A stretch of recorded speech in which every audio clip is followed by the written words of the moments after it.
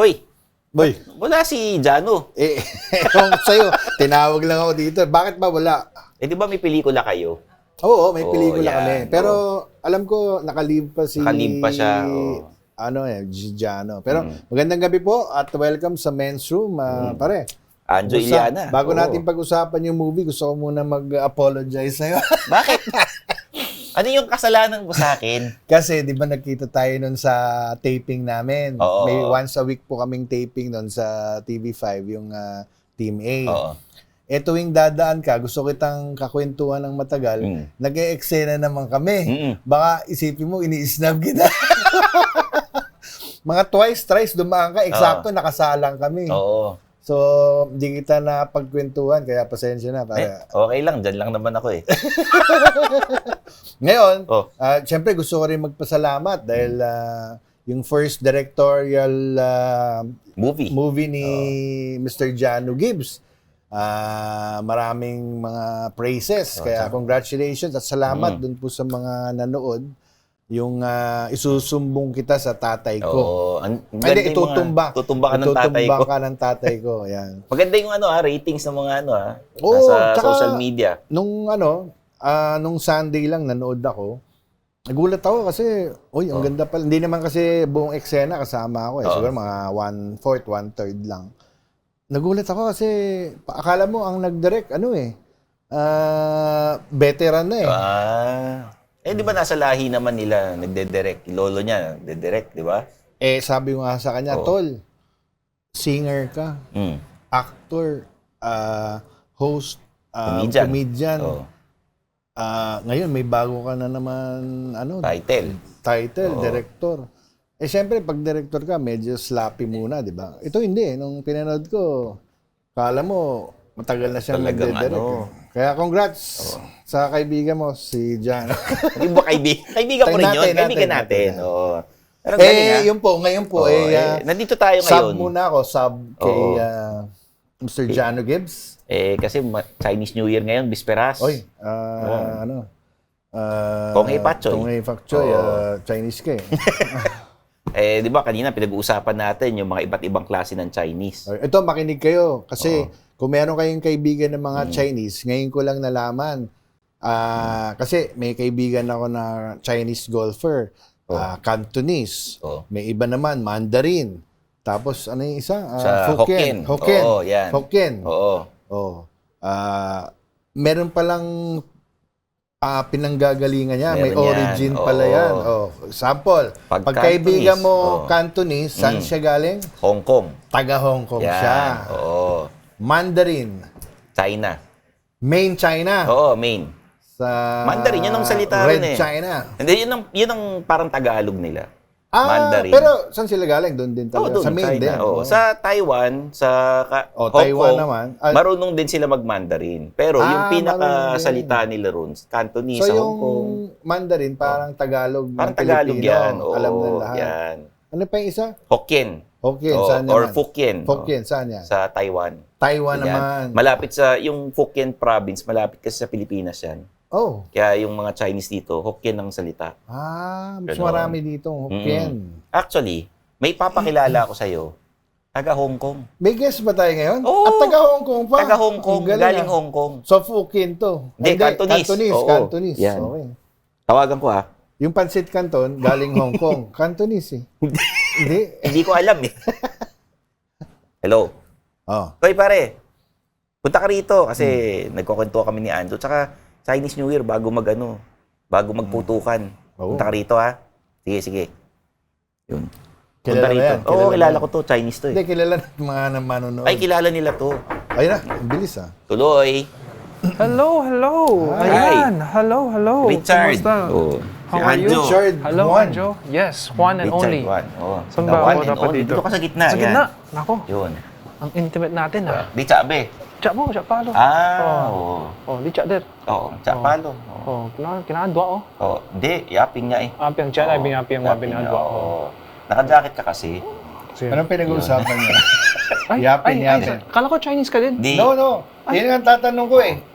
Richard, bakit Juan? Juan, Tagalog na Tagalog yun. Nako Yung ba talaga, Chinese family name mo?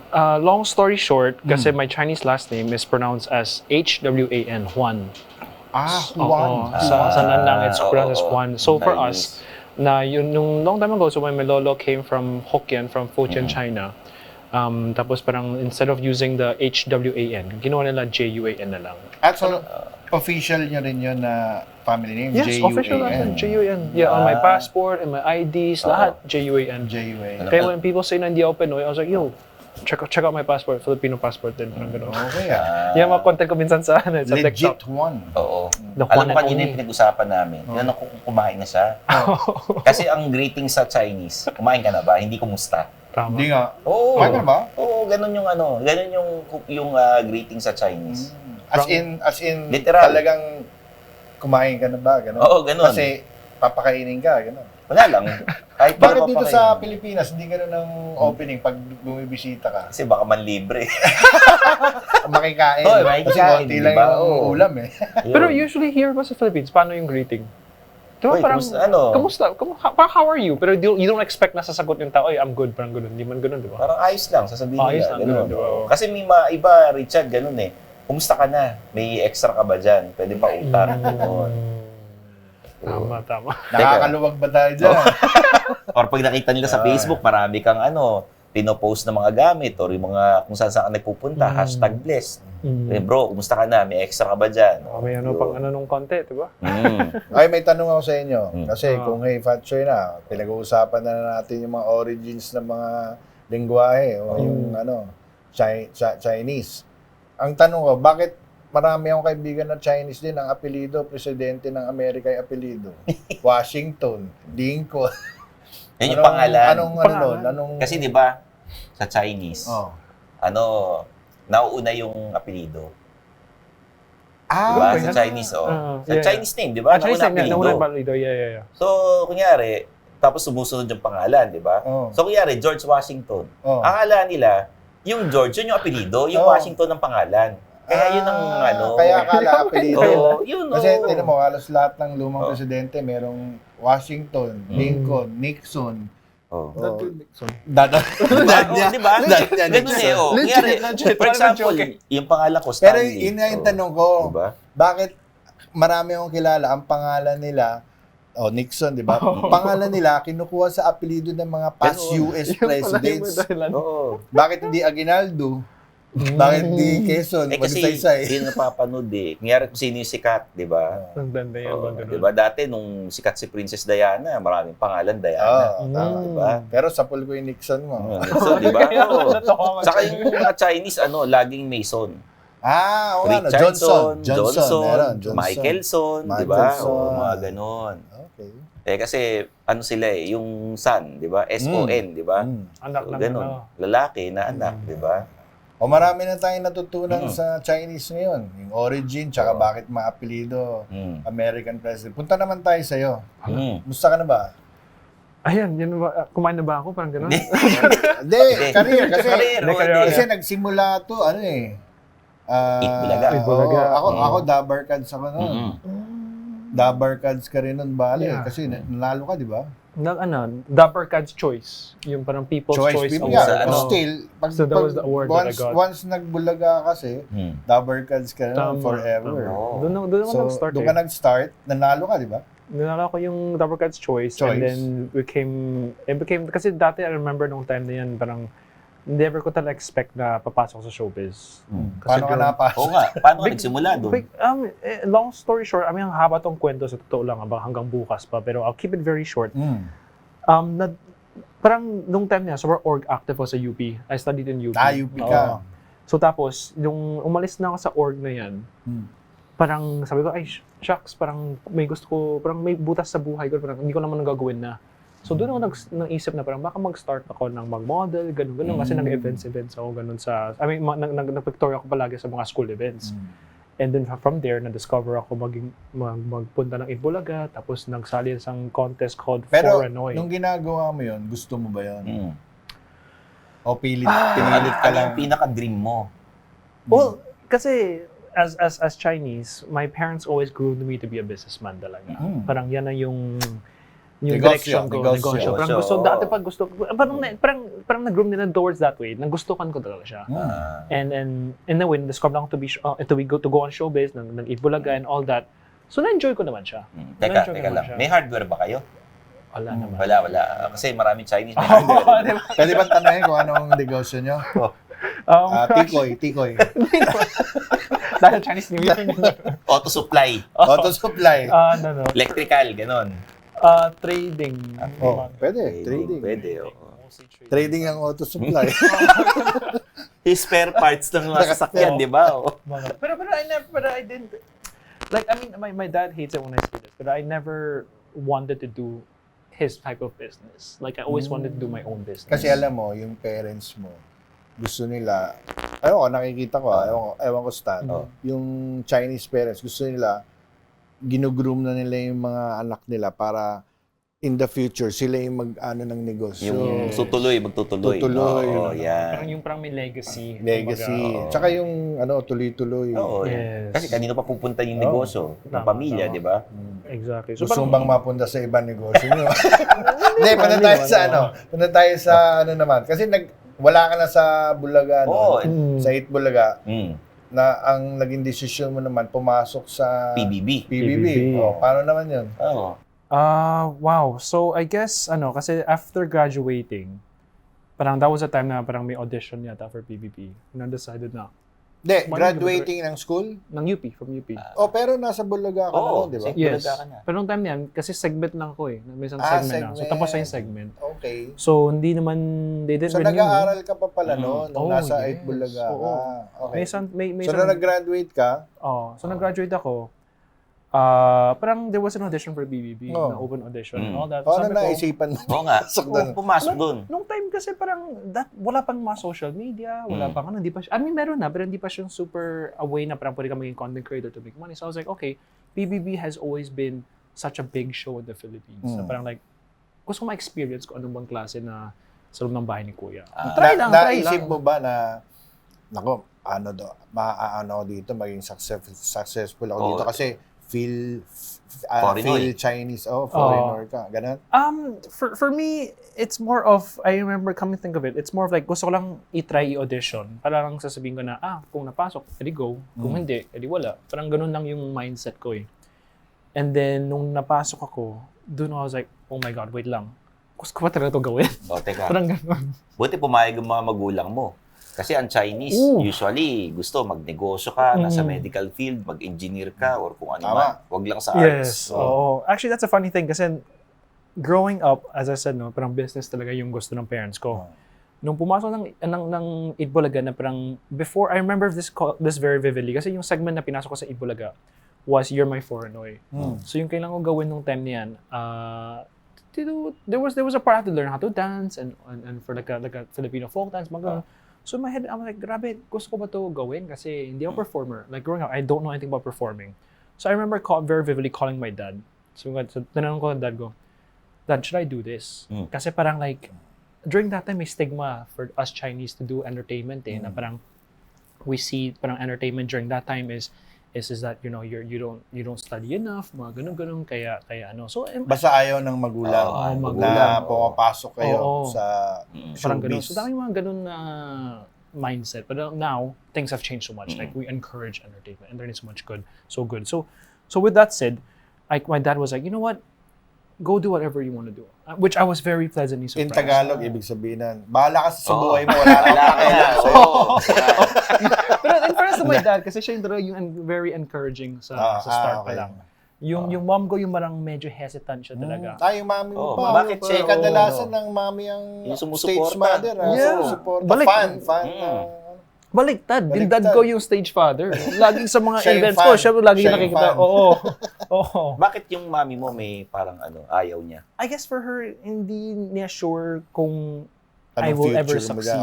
Kasi until this day, syempre, if you're an on-cam talent, ang daming uncertainty. Diba? Mga ganun.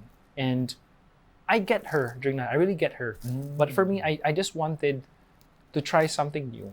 Parang I think that's one of the things in life that I realized. Parang like, if you're always in your comfort zone lang, you'll never grow. Punta tayo ngayon sa PBB. Anong sabi mo kanina? Dahil ang PBB ay Sikat. PBB, sabi nila, pinakasikat na bahay Pinakasikat. na Alam mo bang sarado na yung ABS? Sarado na yung PBB. Wala na, di Ni ba? Kuya, wala na. O Oo. pwede na natin ilantad yung mga Yan. secrets. Ay, hindi. Walang demand. Sarado na sila eh. Bakit? May pinirmahan ka ba na Oo, Wala na yun. Wala Kasi na wala yun. na sila. Wala na eh. Oo. Wala nang kumpanya. Ano Ang gusto na yung malaman, Mm. ano ang, kasi kami nanonood din ng PBB. Oo. Ano yung mga sikreto na hindi alam ng mga manonood Yan. Oo. sa PBB? Sino ba talaga si Kuya? Ako yan. Direkto ka naman. Ako yan. Ano naman natin? Totoo bang 24 hours yung camera? Oo. Ay, oo. Yes. Oh? Legit. Yeah. Legit? Every single corner of the house, may camera talaga. As in, even the places I don't think na meron din. Pati sa CR? That's all I will say. Uy, ano yung sabihin Ano nun? yan? That's all he will say. Ano yung sabihin nun? Hindi, parang basta I think what people always misinterpret about PBB is parang, they always think it's scripted. No, it's not. It's really not. Tuloy-tuloy lang yun. Tuloy lang Talagang- talaga. Everything that happens in the house really happens talaga. Especially nowadays na may 24/7 na yung pinaka-latest season. You see everything eh. Hindi, ito. Yung tanong mo kanina. Sige. Ayaw mo, ang tanong mo, sino si Kuya? Oo, sino Hindi, si Kuya? ito na lang. Oo. Kilala mo ba si Kuya? Yun na lang, kilala yun mo na ba? lang. Yes or Oo. no? BFF ko si Kuya. Kasi alam na buong buhay ko eh. Hindi siya, kilala mo ang identity niya. Oo. Sa totoong buhay. Siyempre, nakalabas ka na, Parang di ba? kilala, Oo. kilala nila. Kumbaga, Hindi, pero nung nakalabas ka, kilala mo na kung sino si Oo. Kuya. Kunwari, makita mo Oo. nagkita kayo sa mall. Oy, Kuya! Ganun. Ay, hindi. Ay, hindi talaga. Parang you have an idea, baka sino, pero hindi mo Baka sure. lang. Baka to, baka So, hindi mo talaga kilala si Kuya. Baka ano yan, baka open secret. Alam Baka mo lahat lang. pero hindi sinasabi. baka wala akong Oo. comment further, but I mean, I think that's the beauty naman syempre of PBB, Oo. of not knowing who Kuya really is. Gusto mo bang bumalik yung Akala ko gusto mo PBB? ba makilala? I'm sure gusto nilang makilala yun. Kasi naman naging tayo. close sila. Oo. Yeah, Kausap oo. yan eh. Gusto ko din malaman yung buhay niya, parang ganun. Bakit kunyari, gusto yung bumalik yung PBB, di ba? Yeah. Bakit kailangan bumalik sa mga panahon ngayon ng PBB? Actually, sa totoo lang para sa akin, I don't mind going in the house again and Again? experience everything again. Pwede ba yon? Babalik ka? We don't know, but Pagkatapos mo depende kay i-reveal Kuya. kung sino Oo. si Kuya. Depende si Kuya. Sabi ko kay Kuya, oy, kung hindi mo ba, don't let me go back in. Sasabihin ko na kung sino ka na. No, but tingin mo, panahon na para mabalik ang PBB ulit? I think it's a good time to Kailan ba yung last, Si yung nagkamali sa Gumbursa, yun yung huli, alam ko. anong year yun? Last 19, 2022. Last year Ano, na. last Ay, day nag-year lang. pa. Last year. Diba? 2023. Yung nagkamali sa Gumbursa, di ba? Ano masasabi mo ron? Yes. Oh. Kasi I was a host of that season. I remember that was na-trending siya, diba? Oo. Well, Paano ang pagkamali? there was a question. There was a sagot. Madjoha ata yung sinagot. iba yung sagot. Madjoha yung sinagot. Madjoha, oo. Madjoha. Muntik naman sa Joho. Madjoha. So I think I mean I didn't grow up here in the Philippines kasi I grew up in Hong Kong. So syempre in terms of history, ako mahina din ako doon about Filipino history. So hindi ko masabi na naintindihan ko sila na parang they didn't understand the story. They don't know the question, maybe, I don't know. So for me, I personally hindi ko masagot din siguro. But hey, Gumburza right now is doing well sa cinema. Oo, di ba? Yeah. O sa future mo naman, pag-usapan natin yung future. Kung ko-continue mo yung showbiz, ano yung gusto mong marating? Oo. Baka kunwari, gusto mo ba mag-host? O saan ka mag-host? Mag-acting? Saan mo gusto mag-acting? Ano? I think between acting and hosting, I enjoy both worlds eh. Hosting is fun in a way that ako kasi makulit ako na tao and ma-curious ako na tao. So parang like in an interview like this or stuff like that, I genuinely have so many questions. I will never run out of it kasi like I'm always genuinely curious about everything. Dapat pala siya magtanong sa atin. Marami pala siya. Ayun, dami kong matanong. Teka lang ha. Ano yan? Kailangan ko sagutin to. Oh. Hello? Sino yan? Hello? Opo. Oo. Naku, airmat mo. Hindi, yung pagkain nandun na, pakikuha na yan. Ako tinatawagan eh. Oh. Guys, pakikuha yung pagkain Yan. ha. Oo. Live. Yan. Ayun, Para oh. kami PBB dito, Oo. live. Ayun, live na live. Diretso lang tayo. No cuts. So, given a choice, in the future, manonood yung mga producers ngayon, anong gusto mo? So acting or hosting. I mean, hosting is fun kasi I'm Mapunta tayo sa acting, since Acting. pareho naman mo gusto. So, teka, bago tayo pumunta dun sa susunod mong movie, ikaw ba na-link na sa mga Artista. artista? Yan. Historically, I don't think... Kasi wala kami naririnig eh. wala. Ni-research namin. Oh. Pero sa totoo, ay meron. Ganun ka manager mo, ha? May niligawan ka bang Sino? artista? Yan, may niligawan ka ba? Ilan? Wala naman. Wala? Link. Yung Link. naging friends mo, close. Daming kong friends. Love team. Pinaka-close. Ganun. Pinaka-close. Daming kong friends, pero kasi, like, I personally don't believe in dating someone in the same circle as where you work. Parang ganun. Kasi, ganito na lang. Showbiz. May movie kang gagawin. Yeah. Kunwari, kami yung producer. Ikaw na nga pumili, Richard, ng Collab team mo. Collab team mo. Sinong gusto mong collab team? Kahit anong station. Kahit sino. Babayaran namin. Wow. And then I think where I Ngayon. I appreciate the acting prowess of Catherine Bernardo. Sabi ko na. Legit. Alam mo, ba't ko naisip? Bakit? Single ngayon. Ay, hindi, Kaka-break lang eh. Hindi, pero dati Friend mo ba si Daniel? No. Hindi. Pwede. I've never met them naman. So gusto mo, kapareha mo susunod si Katrina. Sa host naman. Ito bago yung sa hosting Ito, sino sa mga artistang babae pinakilala mo sa nanay mo? Yan. Kasi Chinese eh. Huwag mo sabihin si Catherine dahil... Kasi pag sa Chinese, di ba, pagka pinakilala sa magulang, seryoso yun. Pinakilala mo lang, gano'n. Wala pa. Sinong gusto mong ipakilala? Oo. Catherine Bernardo ulit. Catherine ulit. Sabi si Catherine. No, I think with her kasi, like, as in with a lot of the films that she's been doing, and she had done recently also. Saludo ko talaga sa acting prowess. Tsaka iba yung, lately nakikita ko iba yung aura ni Catherine. Ganun talaga pag bagong break, gumaganda lalo. Yun ang napapansin ko. Yung susunod namin tanong kasi, sino bang crush mo? Obviously, obvious naman kung sino. Hindi si Catherine. Sino crush actually, mo? Iba, sino? Actually, coming to think of it, dati yung back in 2014, nung start of everything, yung crush ko si Marian Rivera. Si Marian. Puro mga superstar ang gusto mo. Hindi kaya yung pera lang habol. Hindi, mukhang mayaman na to eh. Mabagay. Mayaman na to. Lumaman pa. Oo. Mga superstar to, ha? Hindi, pero kasi the funny thing is, diba, si Ding Dong, birthday niya August 2. Ako din, August 2. Baka sa ibang timeline ba? Bilang, hindi na ibang timeline. Yung gagawin namin movie, dalawang leading lady mo, si Marian, tsaka si Catherine. Ayun, Okay na sa'yo. Okay. Kahit wala ka ng bayad. Okay lang. Tapos ang role mo, kambal. Swerte. Diba? Ayun. Pwede. You're doing yung behind the scenes na trabaho. Yes. Puproduce ka ngayon. Pelikula? Series ba ito? Yeah, so because of the pandemic, actually, that's when I started my production company. Your own production company.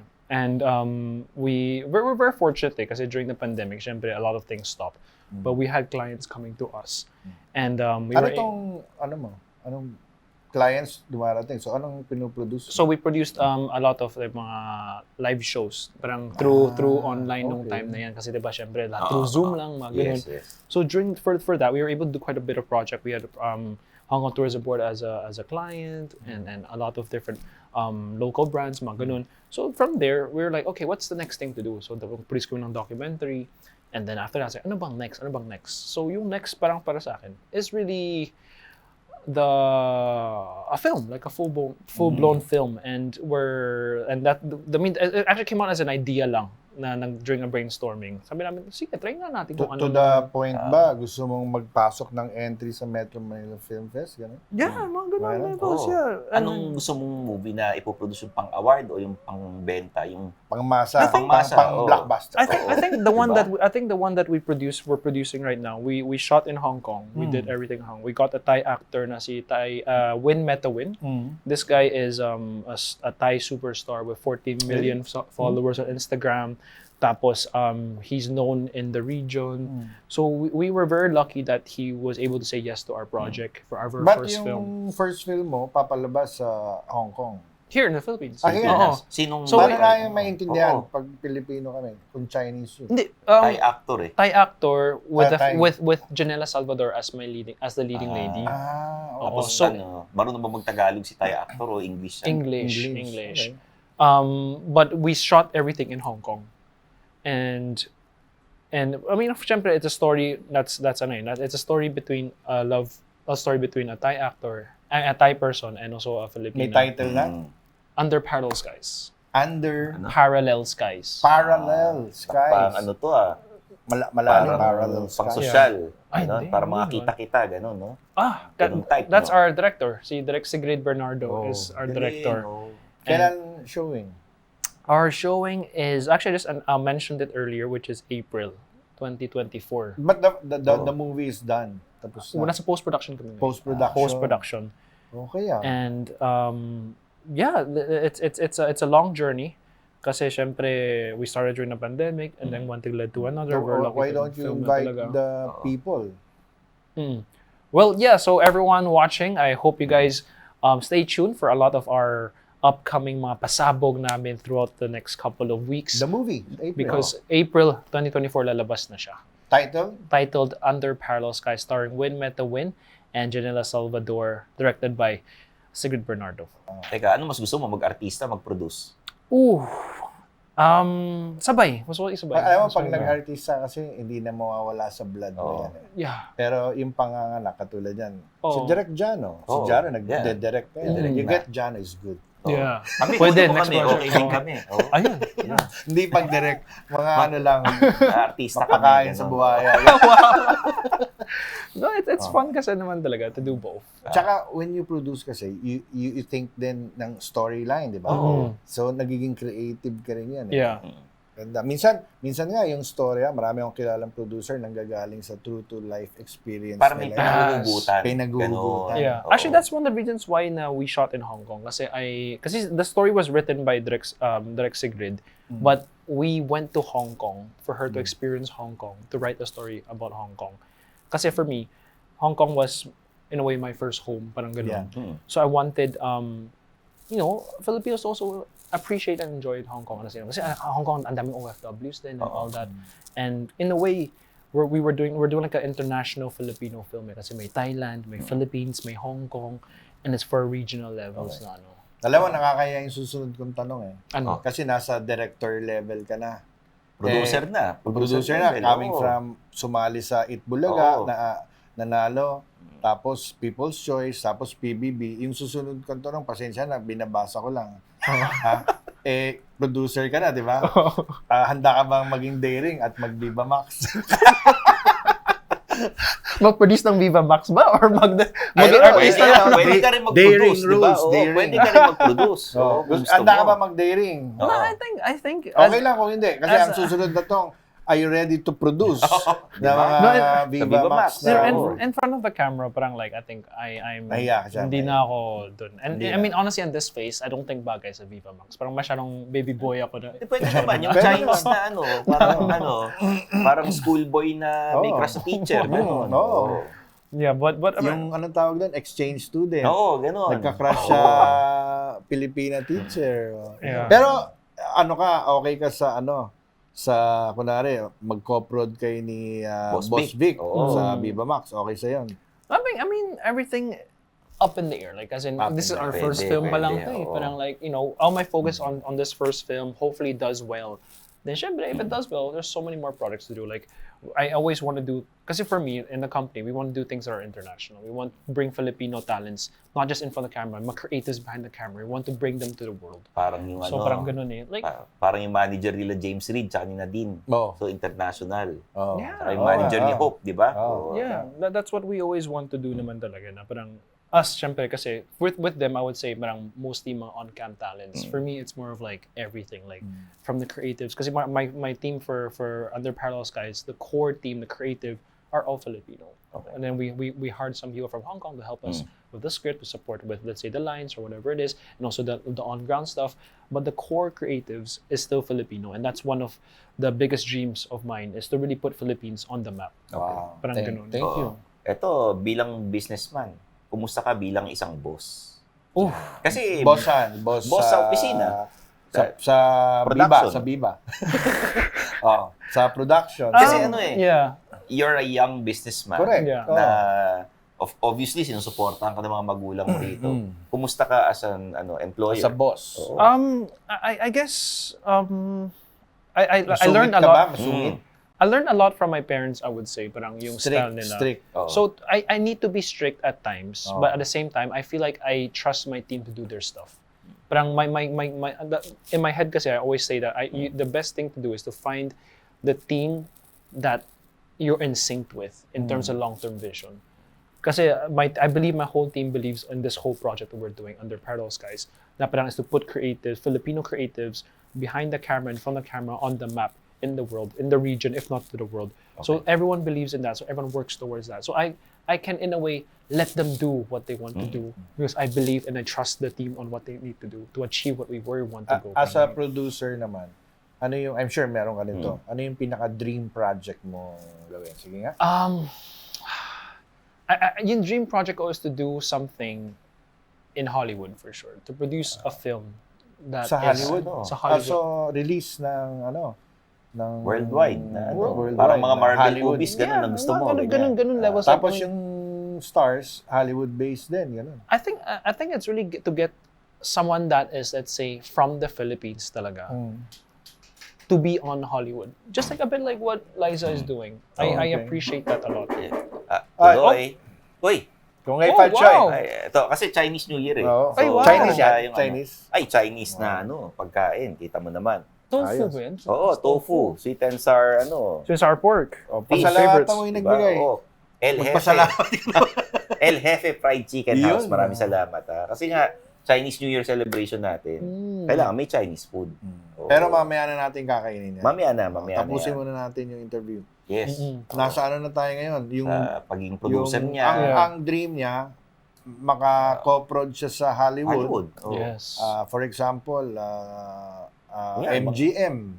That's a fantasy universal. That's a fantasy. Tapos Warner you want to Brothers. bring a Filipino actor or actress para kasama sa movie. That's the dream. Ano yung action, adventure, comedy, I think superhero. I think for me, Superhero, di ba? we would love to explore wala everything. pang Marvel na superhero. Meron na Pilipino. Meron Meron sa na. comics. Pero Sa comics hindi pa. pa. Sa comics. Oo. Sa comics meron Sino? na. Si yung babae Yung sa na taga Cebu, diba? Yung taga Oo. Cebu. Meron na. Babae, Marvel to, babae, Marvel. Yes, oo. Ang nag-design nun, Pilipino rin. Pero hindi pa na sa pelikula. Correct. Oo. Kunyari, punta tayo sa sa Marvel, kausap mo na yung Marvel. Siyempre, gusto mong pasikatin yung Pilipino sa buong mundo. Siyempre, si Catherine to. Anong role? Anong Si Catherine na naman superhero? to. Hindi, silang dalawa, si Marian. Wag Darna, tapos si Marian sa Darna. Si Catherine, anong superhero ang existing now or hindi? Anong superhero bagay si Catherine? I think with the one we mentioned kanina, what's that character again? Parang a new Filipino Marvel character kasi siya. I think dapat talaga sana magcast someone from the Philippines para super authentic. I think that would be good. Parang Sa bagay, no? Kasi nga, pagka kunyari, Asian yung character, tapos Amerikano yung kinakas, nagre-reklamo yung mga fans.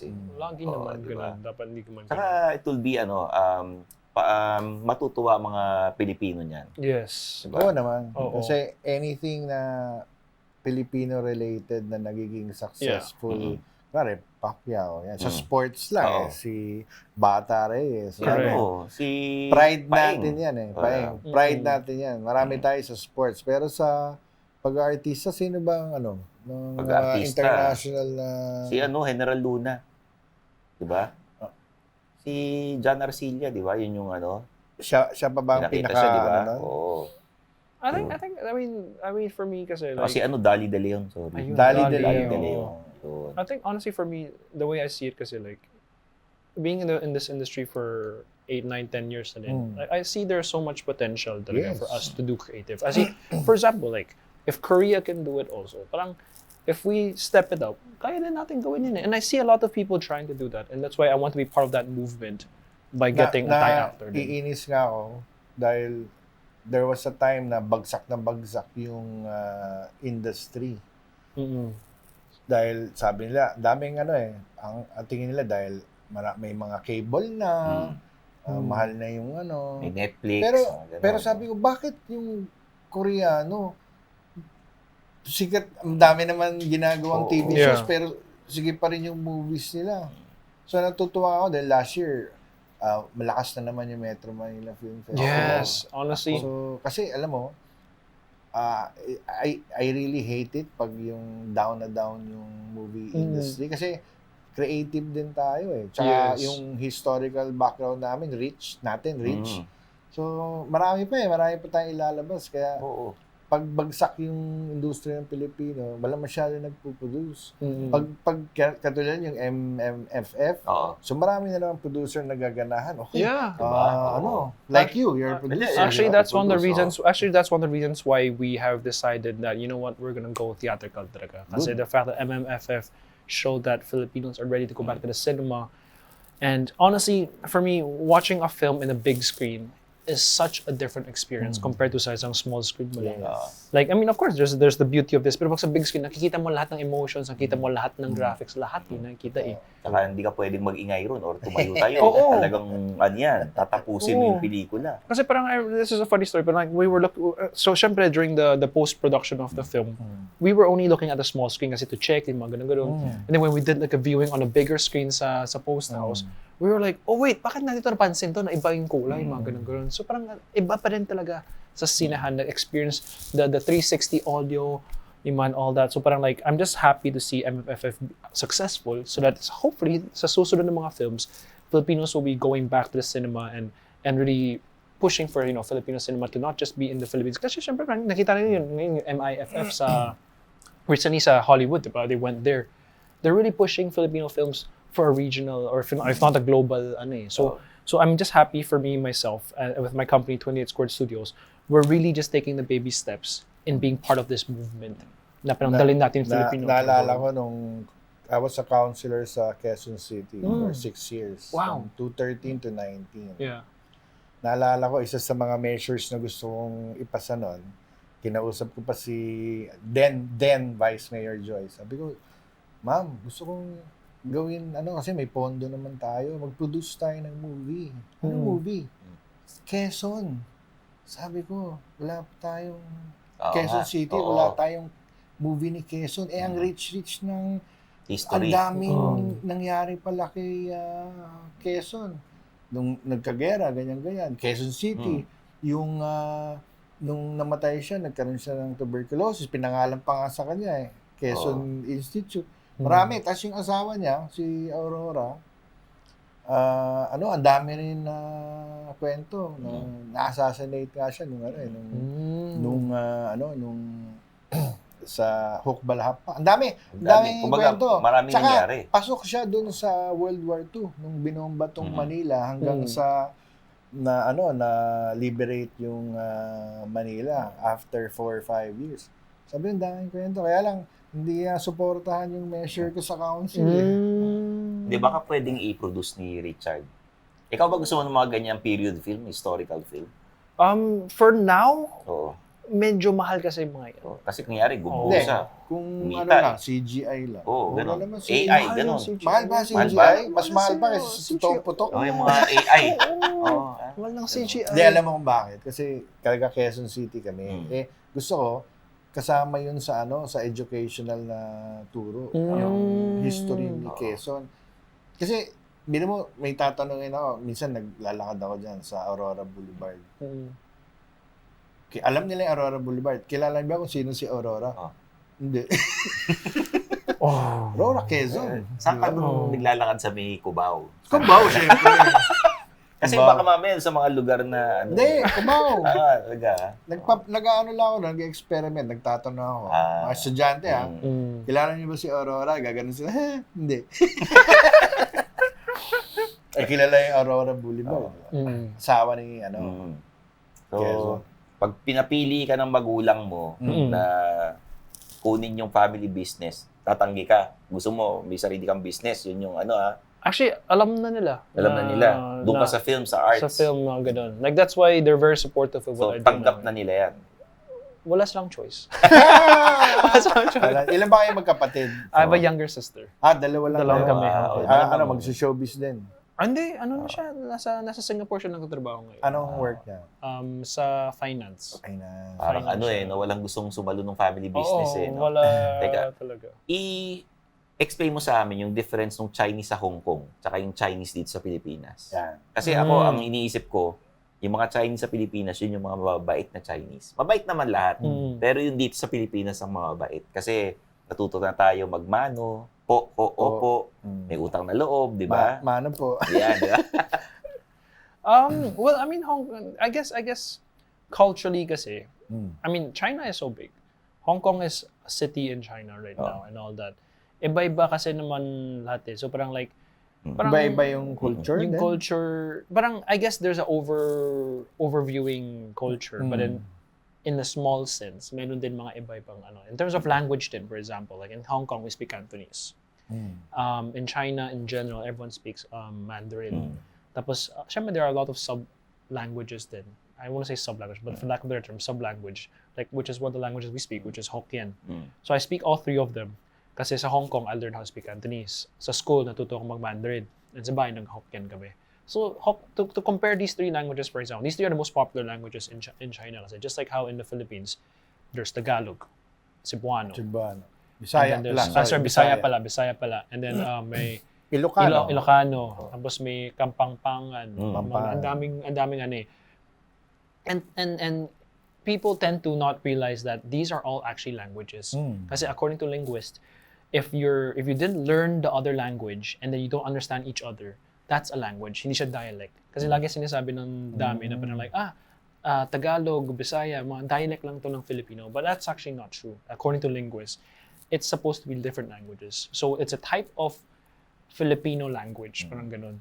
So for me, and I think a lot of Filipinos should be proud to say that they can speak Tagalog, they can also speak Bisaya, ganun. So that's two languages technically. Ganun. O English pa. And English pa, syempre. Diba? Tayo sa Philippines, magaling tayo mag-English and all that in general. So going back to the question, anong mga difference naman sa Chinese? Yung sa Chinese sa Hong Kong, Chinese sa Hong Kong?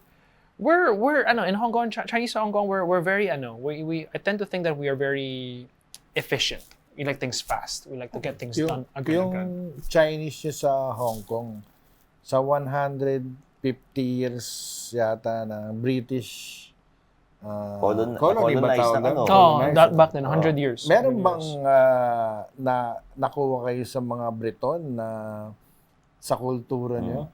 I would say, for example, like the English that we use are more British English when it comes to spelling. May slang. English siguro mga yung spelling lang.